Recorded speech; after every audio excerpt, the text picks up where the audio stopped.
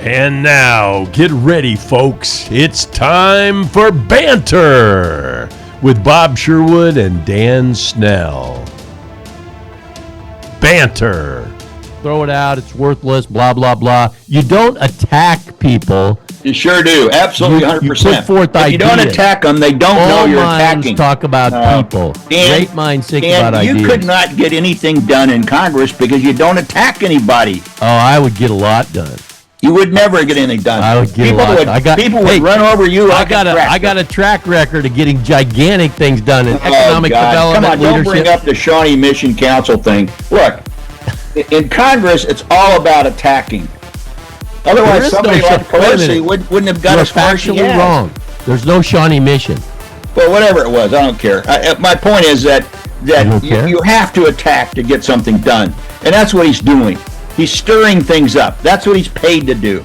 As Trump, I'd say to Musk. That's part of the problem in America is we got to attack to get something done. Well, that may be a problem, but I'd say that's the way it is. You don't.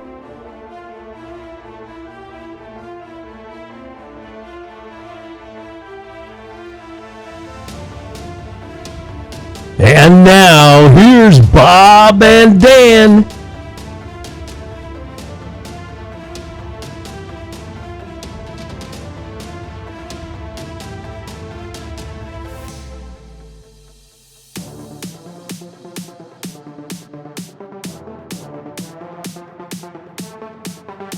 To go. So hey Dan, good morning. It's darn it, it's Friday again. I don't know. Every week we have a Friday. It's so boring, right? Yeah, it seems like we always hit home runs on Fridays, though. We banter the best. The best banter sometimes happens on Fridays. Which reminds me, who came up with the 7-day week in the first place? Whose idea was that? Oh, that's a great question. I don't know. Should we ask Google? I don't know. I thought you'd probably know with the the Gregorian. Didn't God do that? 7 days? Well, God, yeah, actually, yeah, duh, yeah, but humans, but yeah, God on the 7 days of creation, yeah. Mm-hmm. How could I not know? No, but that's from the Bible. But I mean, does a 7-day a week go back 2,000 years? Well, I think like the Gregorian calendar. Let's ask Google. Hey, Google, turn your volume up to 8. Now, hey, Google, who created the 7 days of the week and how long ago was it created? Babylonians. On the website rmg.co.uk, they say, our use of the 7-day week can be traced back to the astronomical... We can't hear any of that. But can you hear that? No, gobbledygook. Just tell us what the Babylonians in 2300 BC did what? Hey, Google, stop. The Babylonians in 2300 BC. What did they do? They created based on the astrology, the astrological. What did they do? What created the 7-day week? She said. They decided the 7-day week? Yeah, the Babylonians. Yeah. 2,300 years before the Bible was written. Well, BC, before Christ. Yeah. That doesn't make any sense to me. It doesn't? Well, we'll have to continue that. Yeah, I always love First place, what I really want to know is who knows, who is the source for that material? Who is the source for the Babylonian created? It did tell me, but it's obviously the Babylonians aren't the source. Well, some historian. Yeah, some historian researched it and made that determination, right? Yeah. Just so I was clear on that. Okay, so what else is going on? I mean, we've got, I have to laugh at this whole President Musk thing. I mean, we could have known it was coming, right? And it's just so funny because people jump on over this stuff. It's just such a waste of time. Everybody's got a theory. Everybody's, every pundit. Yeah. But here's what I think. And I like Elon Musk. He, as I've always said, he's from 200 years in the future, at least 100 years in the future. He time traveled back. That's my story. I'm sticking to it. And Trump's doing a pretty good job. And having Trump or Musk around is good. But I predict that by June, we'll heard it here in December, by June, Musk and Trump, they will banter. but it won't be the happy banter that they might have now. And I think, yeah, I don't make any forecasts, but I do know this. Musk is an independent person, and Trump will say, hey, he's an independent person. He's welcome to his own opinion. He can say the budgets, but that's why I've hired him to make those kind of comments. yeah, I've hired him to do that. but you didn't really hire hire him, did he? Pardon me? Well, hire him, engage him, whatever you want to call it, right? I've engaged him to be deliberative, to be critical, to tell us when we're spending too much. Yeah. That's his job. So are we going to agree? Probably very often we're going to agree, but a lot of times we're not going to agree because he's not the president. And I think Trump will simply say that. He may have already said it. I don't know, but it's kind of obvious to me. He'll say, look, yeah, these are independent guys. That's who I want around me. I want around me guys that say, yeah, you passed the budget and okay, or whatever the budget is, and I disagree with it. And I agree with Musk, by the way. The whole budgeting thing is such a joke. You know, when they give yourself a raise and put all the other crap in it, it's just a joke. Well, it's a bubble that the politicians enjoy because that's how they get their payback into their own state. You know, every state has a monitor the following. They monitor how much taxes they send to Washington, D.C., and they monitor how much money they get back from D.C. in terms of university grants, et cetera, et cetera, right? Sure. Some states are always negative. Some states are always positive. So that's the job of the congressman or senator generally is to get as much money back that they send that way. Sure. Yeah. And there are important things like, you know, I grew up in Nebraska, Congressman Bacon, Don Bacon. What a great name. I think he does a great job. He's a very winsome guy, very solutions oriented, very calm, tries to work across the aisle always. But this farm bill that will bring money back to farmers who are suffering, the farm bill is important, and it was in this budget, and so he's battling for that. I saw him a couple places, and he seems very measured and very well. How does it work?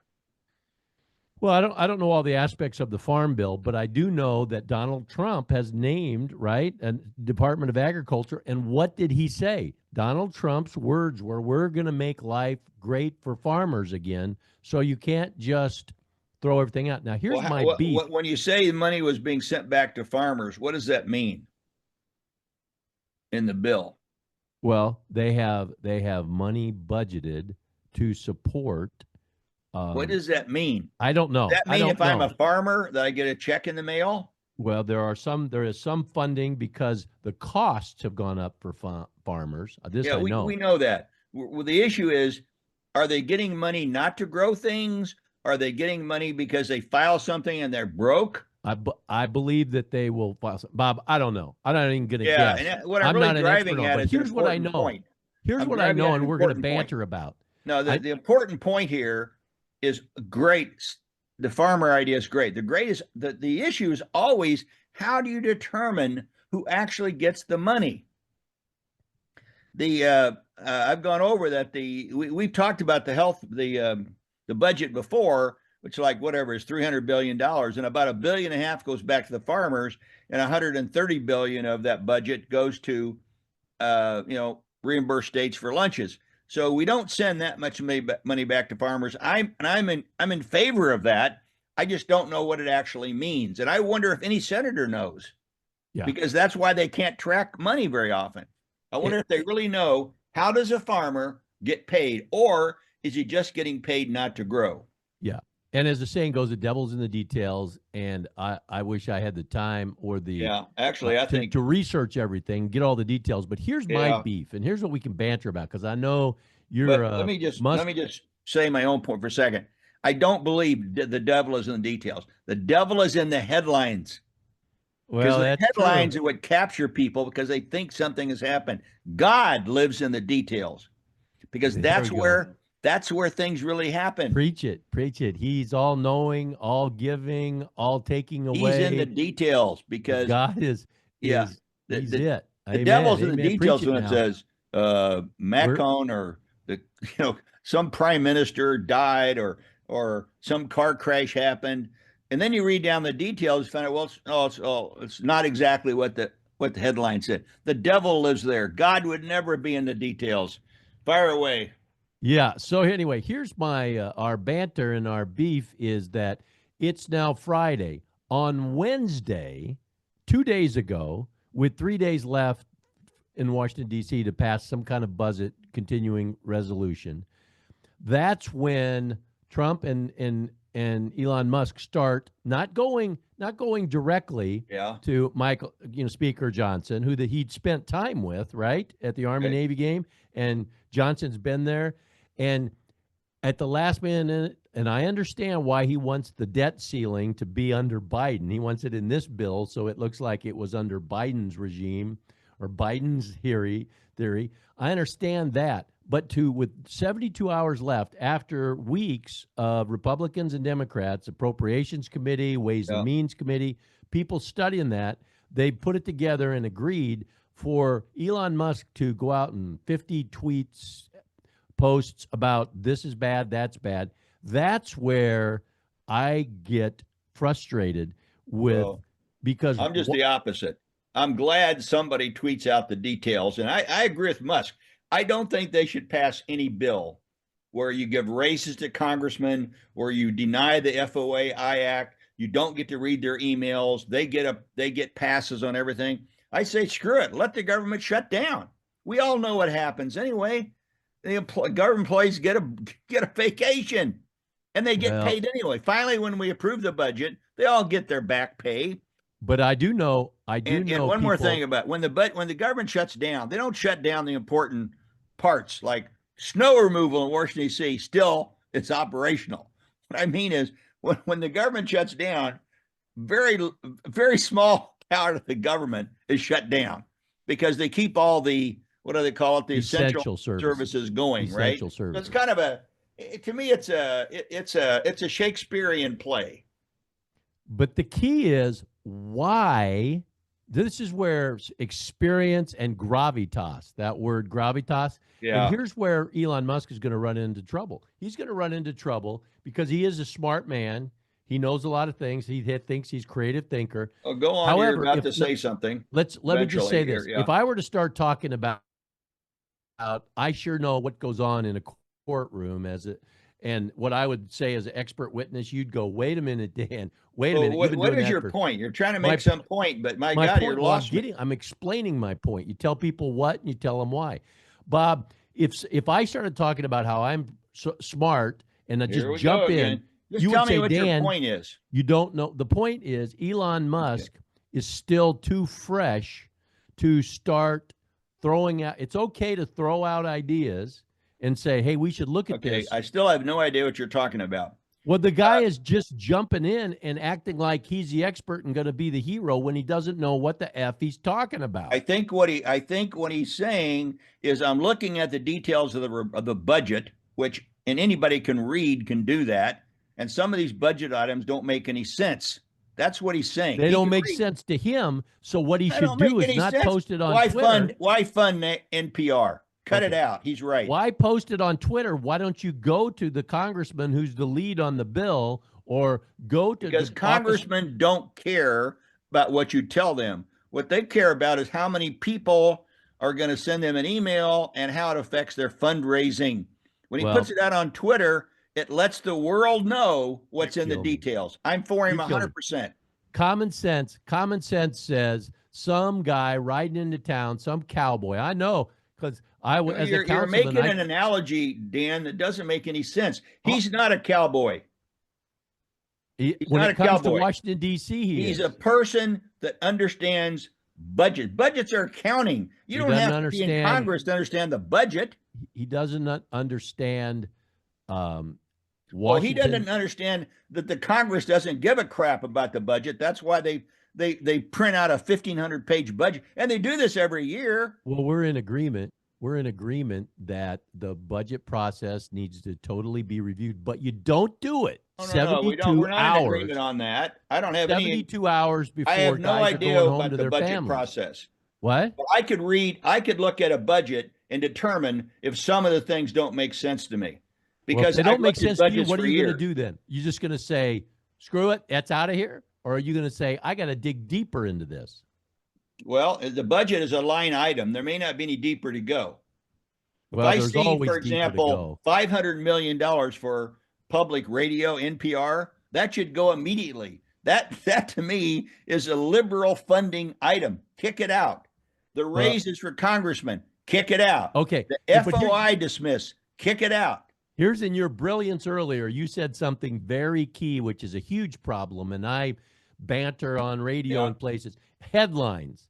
Editors write headlines. Yeah, budgets aren't headlines, by the way. Post things. I've seen this week that Congress gave themselves $70,000 a year raise. Yeah, that's wrong. You seen this? That's wrong. We all know that. That's wrong. Yeah, we all know. You know what?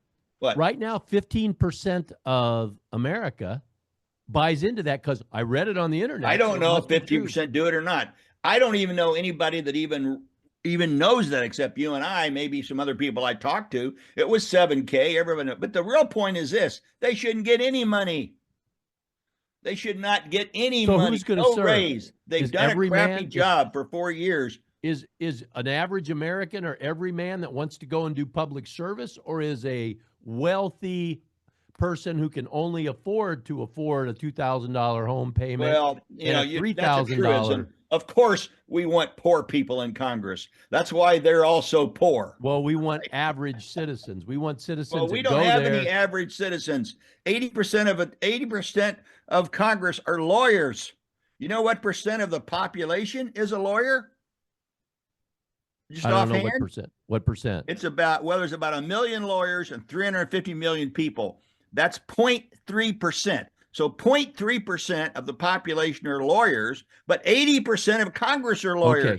So don't tell me it's average.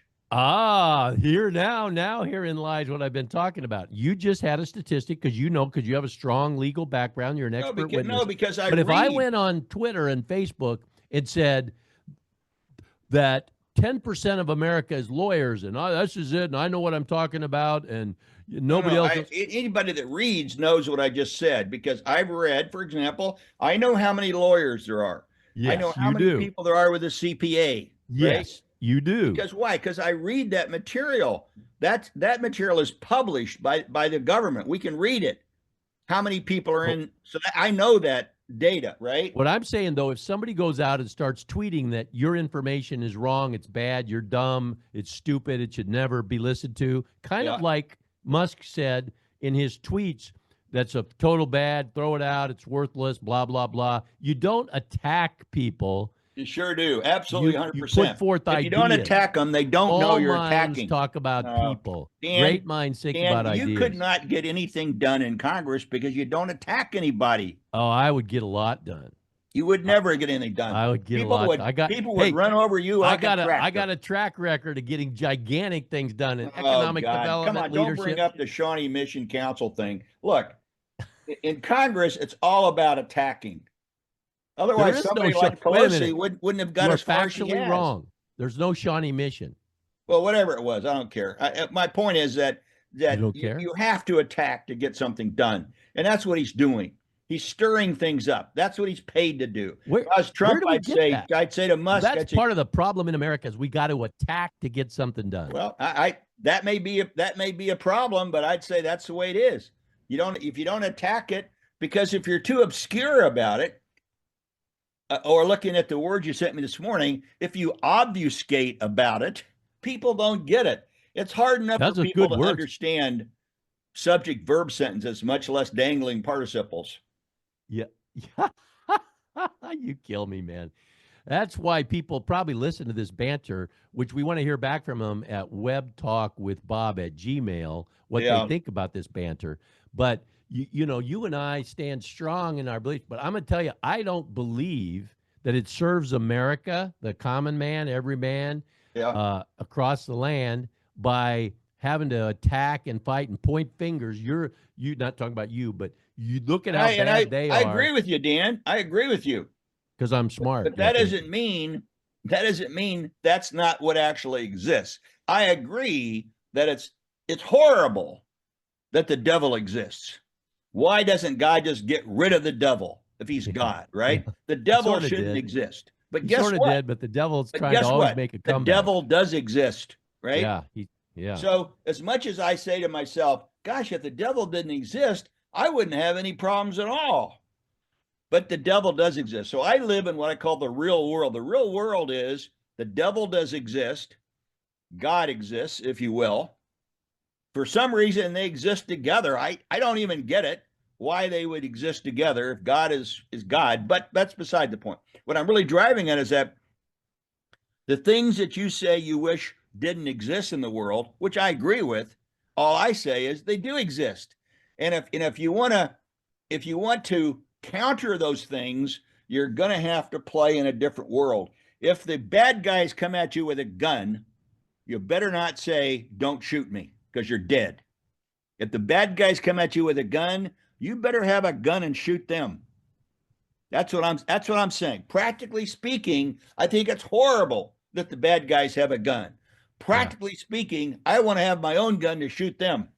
You know, what happens is, and you and I love this bantering.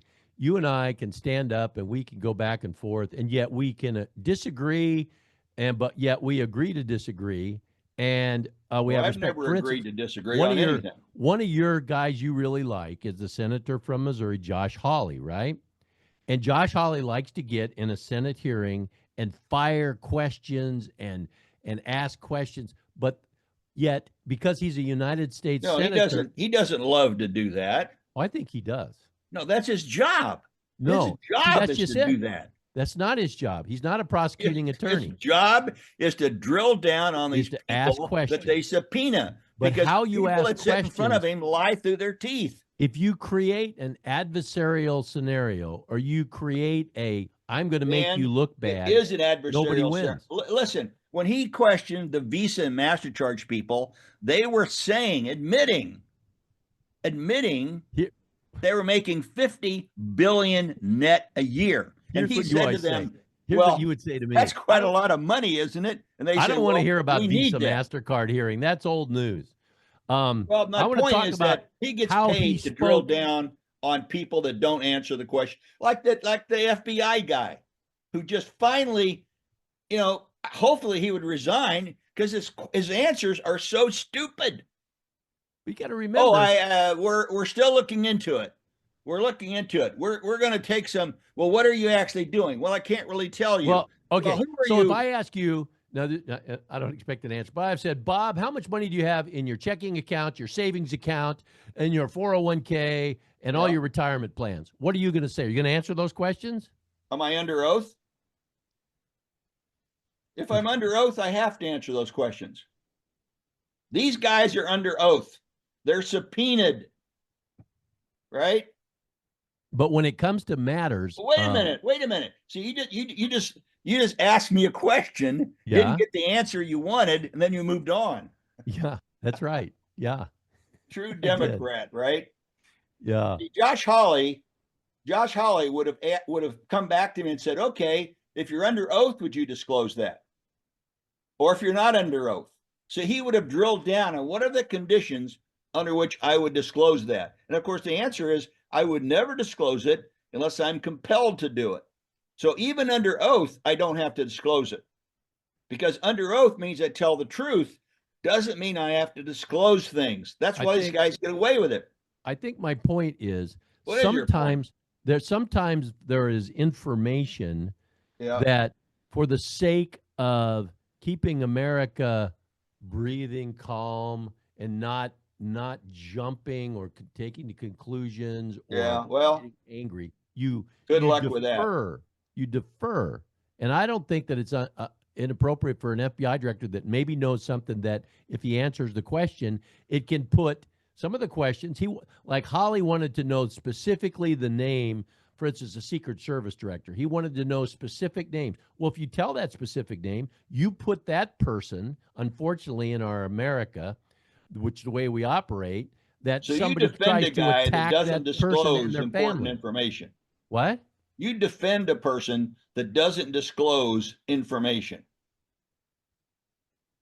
Well, if You're I said giving to me you, a give hypothetical the address, example that does not apply to this case. The guy should tell who he's firing. What's he doing? That's all. That's what he's hired to do. He's not hired to make those stuff secretive. And he got offended because somebody's making him accountable. He is accountable. He is paid with your tax money. And my feeling is if he doesn't do a good job, he should be fired. The fact that he's still there amazes me. Some of these guys. Well, if we fired everybody. Did I say fire everybody? No. Okay, good. Just so we're clear on that, right? Obviously, we don't want to fire everybody. So don't start with a premise that doesn't make any sense. And that sometimes that's where you and I disagree, is you'll start with a premise and get to a conclusion, right? How did we get to interrupt you sometimes because I don't agree with your premise. Let's see, where are we at on this banter here? What were we talking about? Well, we're talking about an important thing. I'm talking about Josh Hawley drilling down on people. And we were talking before I brought up Josh Hawley. Pardon me? Before I brought up Josh Hawley, where were we? We were talking about the way the budget process was going. Yeah, my only thing is my premise is that if I've spent 2 weeks and multiple visits with Speaker Mike Johnson, I should have said to him, hey, Mike, when you get down to that budget resolution, make sure that the debt ceiling is raised in it. I think ahead. And by the way, who cares about the debt ceiling anyway? I know your feelings on that. No, nobody cares about it. The fact of the matter is we have a national debt and it takes 13%. Who cares? 14%. Just a simple question, right? Does the debt ceiling affect how much money you make next year? Well, how much money I keep, it might. Okay. All right. The debt ceiling. Why does Trump want the debt ceiling raised? Well, before he gets into office, he has stated why he wants it in this. Why? Well, then answer the question. Why does he want it? The why is he has said, I want it to be on Biden's watch that the debt ceiling was raised, not my watch.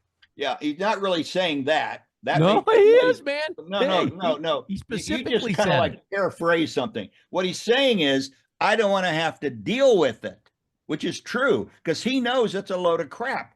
So get it raised now, because if I don't raise it now, guess what I have to do next year? Go through the same ridiculous budget process again. So get it out of the way. That's what he's on Biden's saying. watch. I am a business person. I'm going in to change things. I don't want to have a discussion with a debt ceiling next December. Yeah.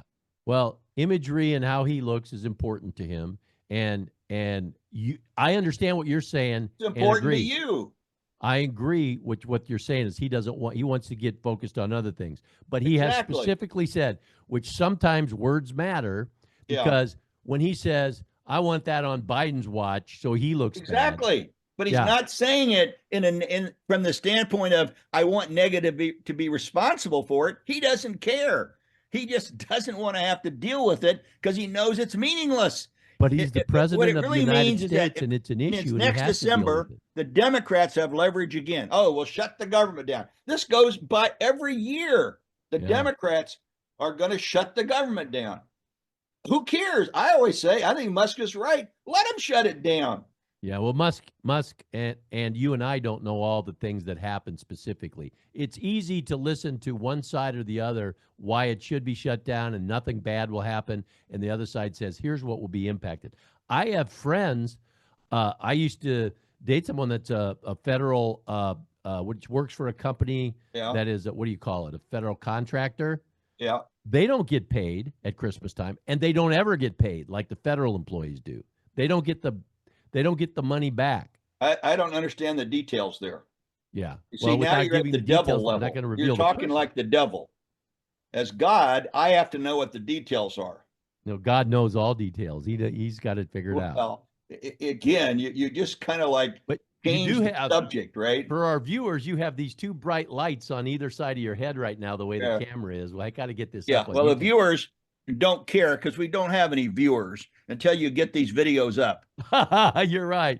Yeah, that's on me. Let's focus on, this is what I mean about focusing on things that are really relevant.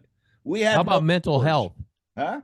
We broke here first, like 5 days ago, my request, and the press release is out. Yeah, that's a good point. How's that going? How many people have read your press release? It's just in the hands of the media getting out there now. So tell us the details. So I have asked, as part of the Make America Healthy program that Robert F. Kennedy is going to lead, I've put forth a request, a challenge. Yeah, I'm challenging Donald Trump to make a mental health czar. Okay. Be specific. Depression. Obviously, do you know you're not talking to Trump directly. What are you actually doing? You're writing something, you're sending something out. Be specific about what you're doing so we know what it is. I'm putting forth via a press release, the media. I look forward to doing interviews. The media. Okay, did you write the press release? Yes, I've issued it. And who's sending out the press release? That's about the details. You got to understand. Now, here's where I'm an expert. I'm an expert in this. You just don't send out a press release and it immediately appears, because they got to check it out.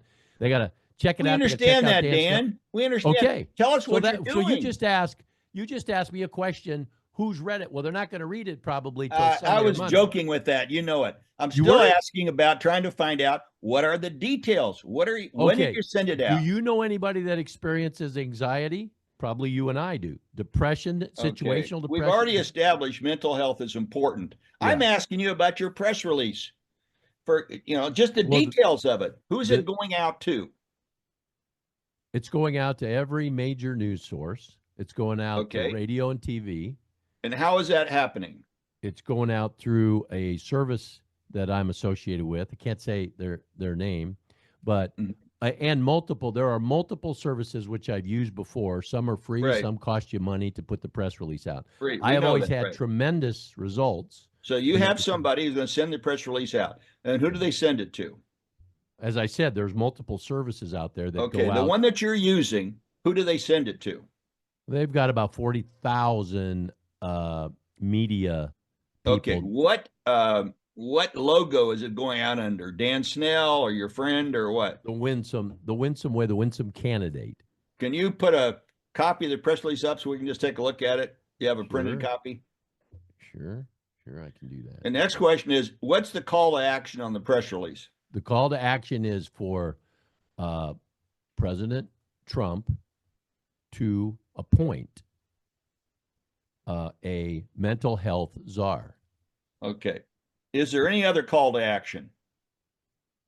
Well, the call to action would be in that person to be studying, getting funds. Is there any other call to action? Let me give you an example. Apparently, I'm not saying clear. Does it say email you? Does it say email your senator? No, it doesn't say that. Okay. So we're clear. I'm trying to understand it. Right now, you have a call to action, which apparently is saying to Trump, establish this mental health czar.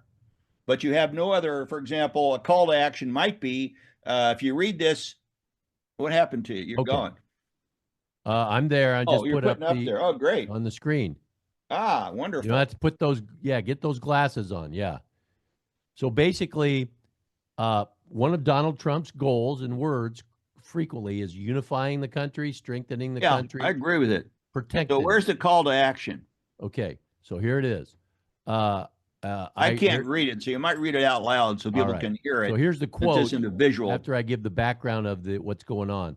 The quote is, our nation is grappling with unprecedented levels of anxiety, depression, loneliness, addiction, and other mental health issues. A Pew, which is a credible source, a Pew Research report revealed that 90% of Americans agree we are in a mental health crisis era.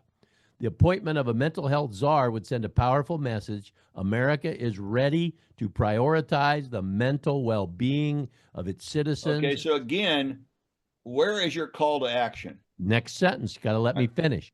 I encourage, ask, and yes, challenge President-elect Trump to take a historic step touching the lives of millions and naming a mental health czar. Okay, so let me ask you a question.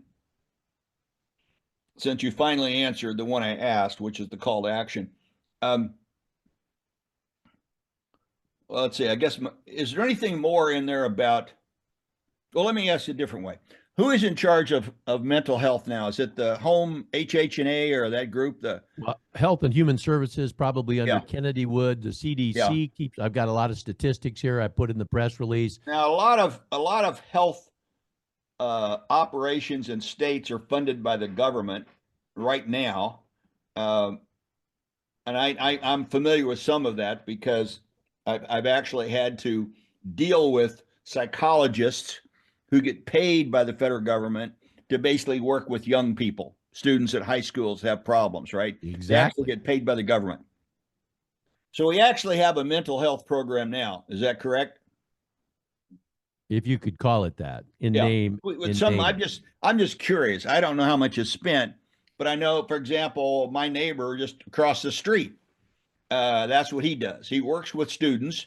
Now, these students don't have any money to pay him, so he actually is appointed by, I don't know, like some social group in the state of Kansas, and that's how he gets paid, right? Yeah. So, in trying to discover this issue that we're talking about, we're already spending some money on it. I don't, probably a lot of people don't even know that that's actually done. Do you think they do? Well, I think it's underfunded, and the statistics show that for every 370 people with a mental health issue, there is one professional counselor available. The statistics I'm surprised. show, I'd say it'd be a lot less than that. yeah, 29%, almost 30% of high school teens, so almost a third of high school teens report that they are struggling currently with mental health issues. The data you just cited had to do with how many counselors are in a high school per student. No, not a high school, nationwide. Oh my God, then you're way off then. Well, I'm not way. It's what. Well, let's give you an example. You said 1 in 400, roughly, right?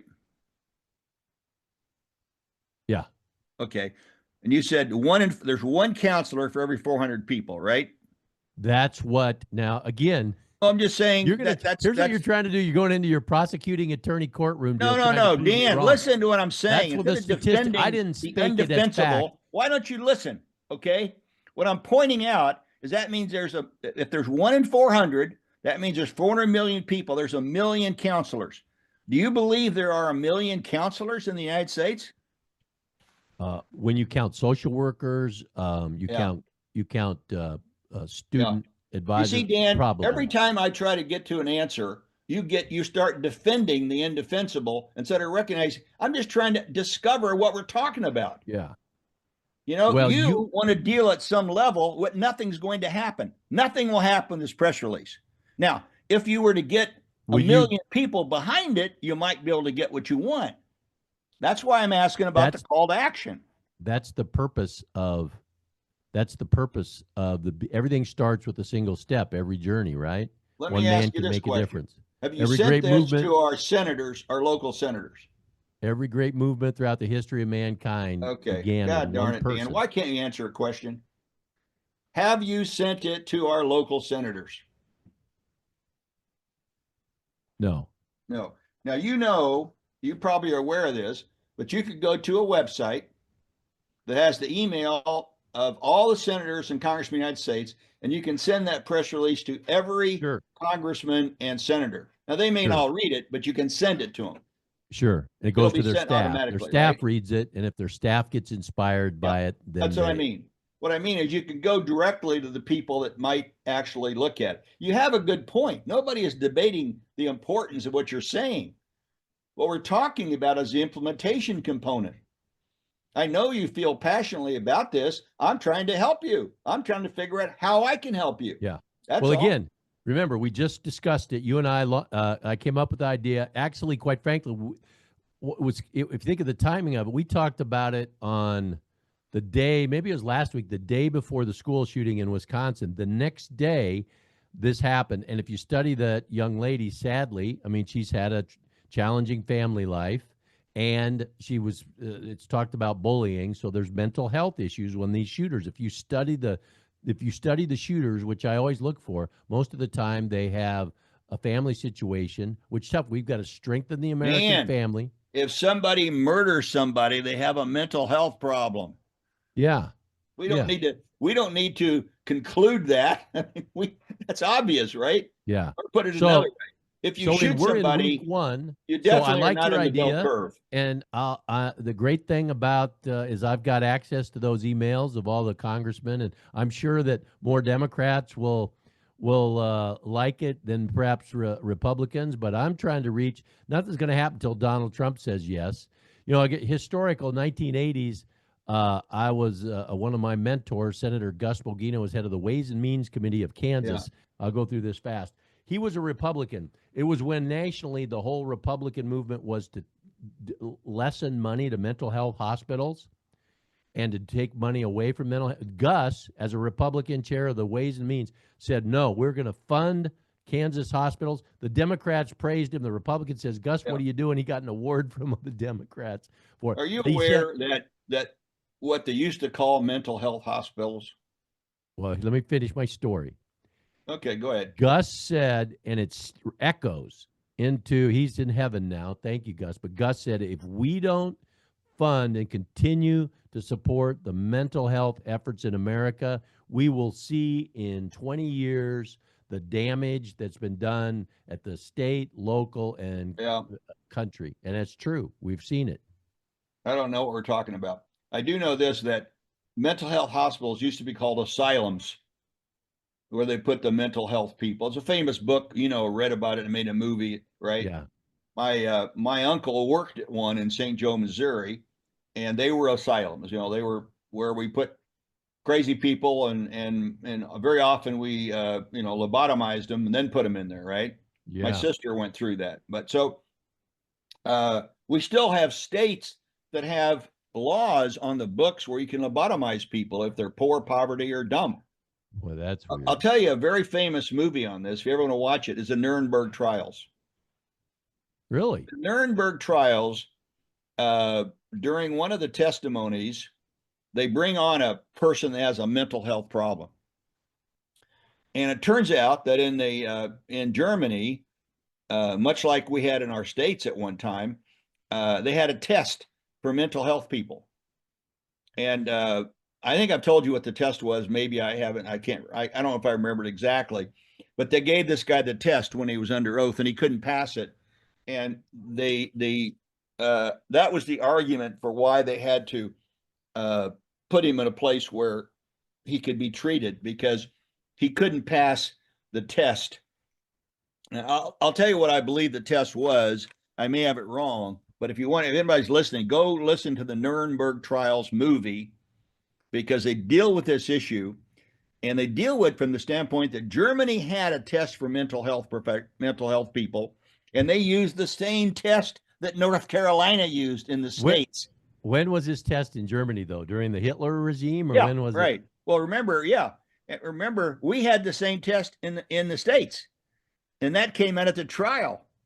So the test was you have a person come in, and they have to basically construct a sentence out of 3 words. And the words are farm, rabbit, and carrot. Now, I may have the words wrong, but it's exactly like that. Huh. And mental health people couldn't construct a word. So they had this guy on the stand, and he was given the 3 words, and he couldn't construct a sentence, those 3 words. Now, the German attorney used this as an example of why they had to take care of this guy and put him in a home. And then when the American lawyers, the Nuremberg trial group, objected, this guy brought out a document that was exactly what the state of North Carolina used. So he said, hey, you've been using it in the United States for 20 years, so we're using it in Germany. This is a great example. Is this a Netflix movie or Prime movie, or how do people see it? The Nuremberg Trials was probably one of the most famous movies. Spencer Tracy got an Academy Award for it. Okay, so it's the Nuremberg Trials. Okay. It is an incredible movie, and you may not like the ending, by the way, okay? And the ending is, you can almost predict what the ending is, and you wish that the ending wasn't the same way. But the theory, the theory of the German theory, remember the Germans are on trial, right? The German officials. Yeah. Who killed all these people. They're on trial. Now, the theory of the German defense was the following. If I am a judge, and as a judge, I am directed to follow the laws of the land, and if I follow the laws of the land, can I be held accountable for them? These were judges that send people to the mental health facilities, that send people to be killed in the Auschwitz camps. Now, the German theory was you can't hold these judges responsible because the judges engaged to follow the laws of the land. These people follow the laws of the land. It is an incredible movie, and it makes a person think about who is responsible, the judges or the people that create the laws. I'll tell you what, tonight, after I'm going to referee a game at you'll love it. basketball game at Olathe East, little plug, shout out to any Olathe East fans, but I'm going to come home and I'm going to find that movie and I'm going to watch it. Yeah, if you cannot find it, easy way to find it is search under Spencer Tracy. Yeah. The German lawyer is outstanding. Hey, Tracy. Hey, going back in my research, and again, the early first week, but Mental Health Czar, I will tell you, you have family, successful family, and friends in California that I think listen to this podcast. California did create, like, I believe it was in 2018 or 19, a California Mental Health Czar. I've been trying to do some research on it, how successful it was, if it's still going, what they did. Now, given California is a little bit of a liberal and big Democrat state, so how they approach things would be different than I might approach things. But so, you know, as my mentor in politics, Rich Becker, the mayor, God rest his soul in heaven, he always said, hey, Dan, there's no ideas. There's no original ideas left in America. So you take an idea, you massage it a little bit, and then you put it forward and you do the best that you can with it and make it your own. So what I'm saying is I'm going to check out what California did. Maybe some of your listeners, they can reach out to webtalkwithbob@gmail, webtalkwithbob@gmail. Also, make sure you look at Shockley. Schockley. Schockley, because he's the guy. He's one of the guys in the Shockley, a Nobel Prize winner, who spent most of his money lobbying Congress to basically take people that are not at a low IQ or were poor and prevent them, sterilize them. Interesting. I'll look at that up. You need to look at that because a lot of states followed that for a while. There were laws on the books. If I took all my money and tried to lobby Congress, took them to lunch, I could probably take. He had legislation that was almost passed, but it was passed at the states, but not at the federal level. Yeah, and the federal government still funded. Go ahead. Look up Shockley. I will. You'll find some we talked about things today on mental health. The budget, that'll be one of our tags. The budget, the continuing resolution, Musk and Trump, how they're handling it, spending. We've talked about mental health. I don't want to talk about the budget anymore. You can. Okay, I don't want to talk about it. I'll be happy to listen. But here's the things I want to talk about are, what are we going to do about Ford? What are we going to do about Caterpillar? What are we going to do about Intel? What are we going to do about Taiwan Semiconductor? What are we going to do about those things? General Motors, for example. You know, Ford, you realize now that Musk could buy Ford with this petty cash? Yeah, isn't that something? He's worth maybe $400 billion. The market capitalization of Ford is roughly now about $40 or $50 billion. General Motors isn't a lot more. Remember, you're kidding. In 1964, the automotive industry was what dictated the growth of America. Very famous book on it. It's called The Concept of a Corporation. And the guy that wrote it did his PhD thesis on it. And he's a very famous guy. I've forgotten his name now. But for years, that book was the Bible for directing the economy. Yeah. Henry Ford, you know, if you study that guy historically, you can go on, I think it's Netflix or Prime, the people who made America. There's one of the series on that. There's a Henry Ford. This license plate right here above me, Winsome, is on a Ford. Yeah. I've driven Ford since. There you go. Right. I've driven Well, I'm Ford. worried about Ford. Ford might go away. Oh, they'll That's never what I'm go saying. away. They'll never go away. Okay. Well, okay. That's what they said about any number of companies that I could bring up. But the point is that I'm worried how we're going to handle these companies, because Ford is getting, let's face it, name me the top automobile companies in America: Toyota, Kia, the South Korean company, the Japanese companies. Yeah. Where is Ford? Ford, Toyota sells more cars in America than Ford does. So we got it, but that's a problem. Now Toyota's argument is, well, we make the Toyotas in America. Okay, I get that, but why aren't we taking care of companies like Ford and General Motors? That's all I'm saying. I'm worried about that. That's the kind of stuff that interests me, is Ford, General Motors. We sold it. Remember the Chrysler company was a big company for a while. We sold that to a group of Italians who destroyed it. And now one of them is now back running it. Yeah. It's the name of the company now. It's Stellantis, Stelantis. Yeah, yeah. It's weird when you hear that name. You go, "Who's that?" And you go, "Oh yeah, that's Chrysler." Remember Lee Iacocca? That was the old. They built minivans for years. The vans were great. No, they're gone. Yeah. Who builds the vans now? Toyota. Remember Lee Iacocca? Man, I love that Honda, guy. Right? You see what I'm saying? Lee Iacocca. So we got to big awards because what he did for Chrysler. My point is, those things can go away. My kids have probably said, who Lee Iacocca was? The developer of, I call the minivan, and they would probably say no.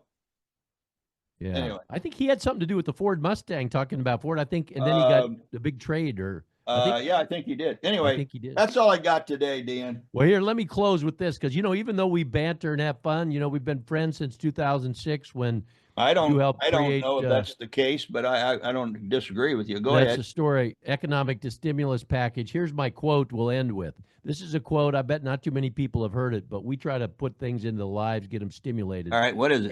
Here it is. Edwin Markham. Have you heard of him? No. Here's his quote. Edwin Markham once said, "There is a destiny that makes us brothers. None goes his way alone.